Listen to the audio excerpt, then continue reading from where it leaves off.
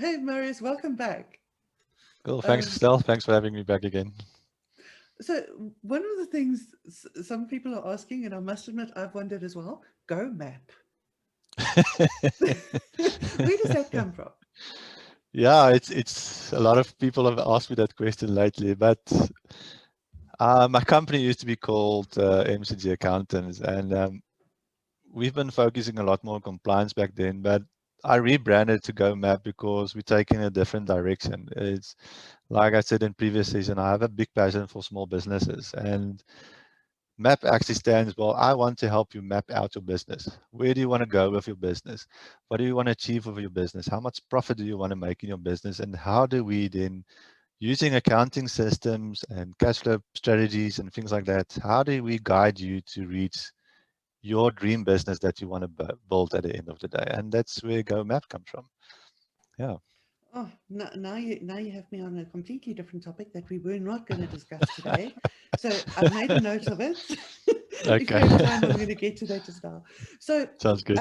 one of the things that we've been discussing is sole proprietor versus a private company, Yes. and we've been talking about taxation in a private company.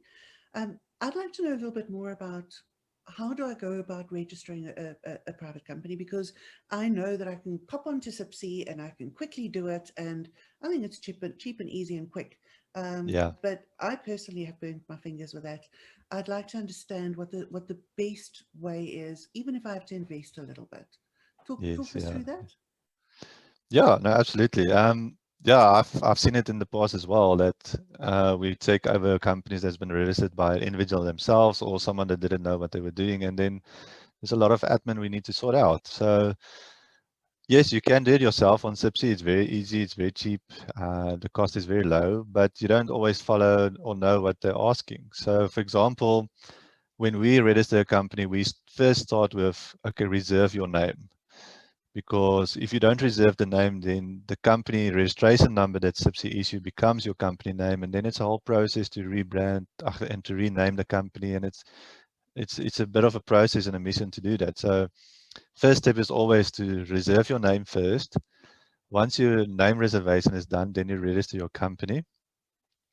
Um, but you need to make sure of certain things, like for example, your year end must should be, we always recommend February because then it falls nicely into the tax year on South Africa. But sometimes companies do choose to maybe choose June or December as a year end. It's up to you, but we always recommend February. And then when you're busy with your company registration, there's a question that asks how many shares needs to be issued or authorized. Um, And that basically means you, in your memorandum of incorporation, you give permission for your company to either issue 1,000 shares or 4,000 shares. You don't have to issue it all from the start, but it gives you that authorization. So we always recommend 1,000 because it's small businesses. But if you can do up to 4,000, and if you want more, then you have to ask specific permission from SIPC to do that. And then once your company is registered, the next step is you Can I? need Sorry, to, sorry to yes. interrupt you. So why would I want to take out 1,000 shares? Who am I going to give those 1,000 shares to? That 1,000 shares, well, you never know what's going to happen in your business. I mean, your business can grow quickly, and then you maybe have some value that you can sell to someone to invest in your company and even grow your company further. And then you have to already, because we normally, you have let's say you've got 1,000 authorized shares, we normally issue like 100 shares. Then there's maybe another 900 shares available for you to issue to someone that they can buy into your company, or you maybe want to give to your children one day something of your company. So that's why we recommend that. Yeah. Okay, that's interesting. Please go ahead. Yes. Yeah. So once your company is registered, the next step will be then to open a bank account, register with SARS for income tax. But there's one thing a lot of companies, when they register, don't do is they do not issue share certificates. You need to issue share certificate and then pay that 100 Rand that you issue into your bank account. That is something that actually is guided through the Companies Act, and there's a lot of companies that I've seen this registered that never does that. and then we need to update the company register and issue share certificates. So that's a very important one, because you don't know that, you don't read, you don't have the expertise or things like that. It doesn't get done. And that's why we then recommend maybe, yes, maybe invest a few more rand, like there's different prices for different companies, but it's worthwhile investing and having it done properly, and you know you're set up correctly from the start for your company, and your in-house administration, your company list is up to date, and you can then just do not worry about it and have peace of mind knowing that it's been done correctly. And there's also other registrations that needs to be done at SARS, like the one I did mention is income tax registration.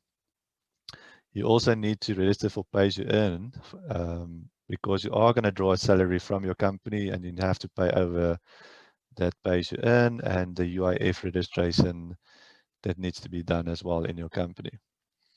And we'll talk next time about VAT registrations, but that also becomes an important one to look at in future.